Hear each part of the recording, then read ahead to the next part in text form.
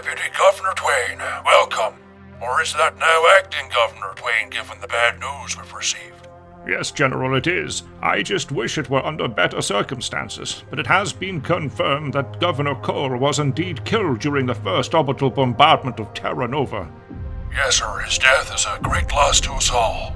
We knew they'd take the station and blockade the planet, but shelling it from orbit? I suspect that's likely due to the failure of their ground forces to take Avalon Colony and Fort Tyler.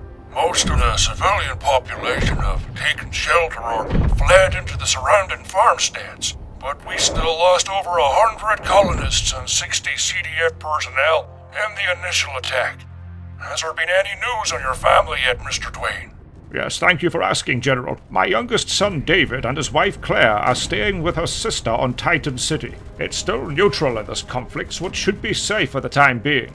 My eldest son, Anthony, was at the Lyonesse colony on the other side of Terra Nova. The last I heard from him was that he was heading to the shelter just as the enemy task force arrived in system. Unfortunately, there's been no word ever since. Sorry to hear that, sir. My thoughts are with them all. Thank you, General. That is most appreciated. So, what can you tell me about our uninvited guests? Would I be correct in assuming that our R.O.S. friends have had more than a little help from the Martians? You would, sir. When Captain Burnett and Captain Rao fled Terra Nova, they captured some close-up images of the vessels in the R.O.S. task force.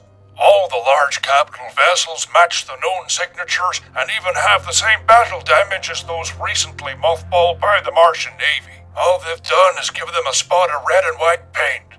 Not exactly subtle, are they? I suspected as much, and I believe that this may have been more for the benefit of their own people on Mars than any attempt to try and deceive us that the Martian Federation are involved. Indeed, I fully expect R.O.S. to make an official request for assistance to the Martian Federation within days.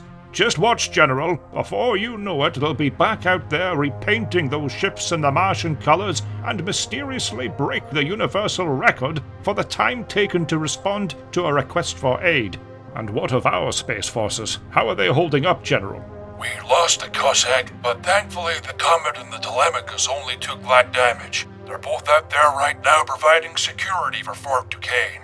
Captain Rao's light star cruiser, the Odysseus, took some direct railgun hits to the number 2 engine module. Repairs are progressing well, albeit slowly, due to our engineers being needed elsewhere. All our other assets are being diverted to protect Hades and Fort Duquesne, with only 1 or 2 escorts being available to defend our civilian resource infrastructure out there in the belt.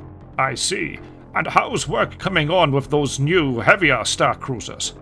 The 3 heavier ones are still being built. I ordered construction switch to Hades shortly after I was informed of the R.O.S. fleet buildup. But the Asteria, the light star cruiser, is out there right now on the landing pad, and is for all intents and purposes complete. I've given Captain Burnett command of the Asteria and given the Telemachus to Commander Phillips. Once Captain Burnett is satisfied that all the systems check out, he'll take it out and begin a series of hit-and-run attacks against the lightly armed R.O.S. forces and their shiny new mining stations in the belt. If we can hinder their ability to repair and reinforce, then we might stand a chance of turning the tide against them, or at the very least making this campaign of theirs too costly to continue. We also got 2 of those new Kinetistar and Gunstars available. They need to undergo some last-minute checks before we put them into service, and while I would like to keep them here, my senior officers have suggested that we could possibly spare 1 or 2 to accompany the Asteria on its mission. For their part, the R.O.S. forces have tried to jump into Hades orbit and launch a few missiles at Fort Duquesne before jumping out again.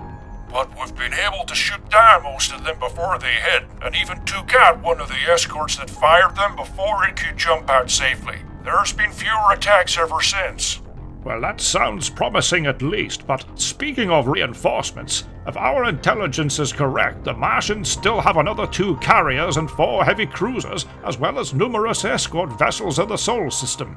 If they bring any more of those over here, we really will be fighting a losing battle. Agreed, Mr. Twain. Therefore, our best option would be to try and find some way of forcing the Martians and R.O.S. to spread their forces even thinner.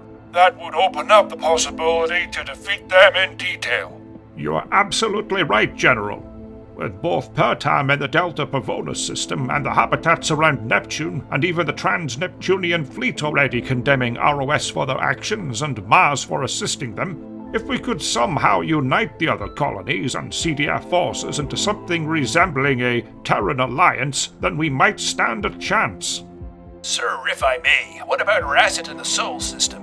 You mean Captain Robertson? Last I heard, he was still serving his sentence on Ganymede. That is correct. My successor in the Sol Cooperative has given me his word that he'll keep an eye on him over there until he can safely finish his corporate service. But maybe we can cut that short somehow and get him to work for us over there. If the Martians directly do get involved, then I see no further reason to appease them. Time off for good behavior, perhaps? That might not be possible, sir. I received news that Robertson was transferred to Europa some time ago. Europa? That's one of our least protected interests. It's just ice mining stations and surface connections to the underwater colonies. I guess your successor's word ain't worth much after all. So it would appear.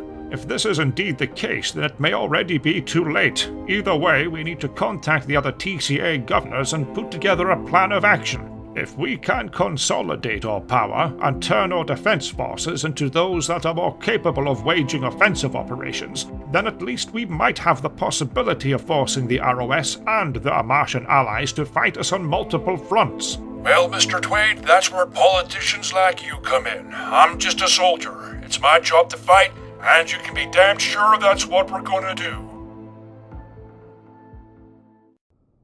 You have your orders, Captain. Good luck out there, and give 'em hell. Affirmative, General. We'll do our best. Burnett, out. Okay, people, let's get out there and give those sons of bitches a taste of their own medicine. It's payback time.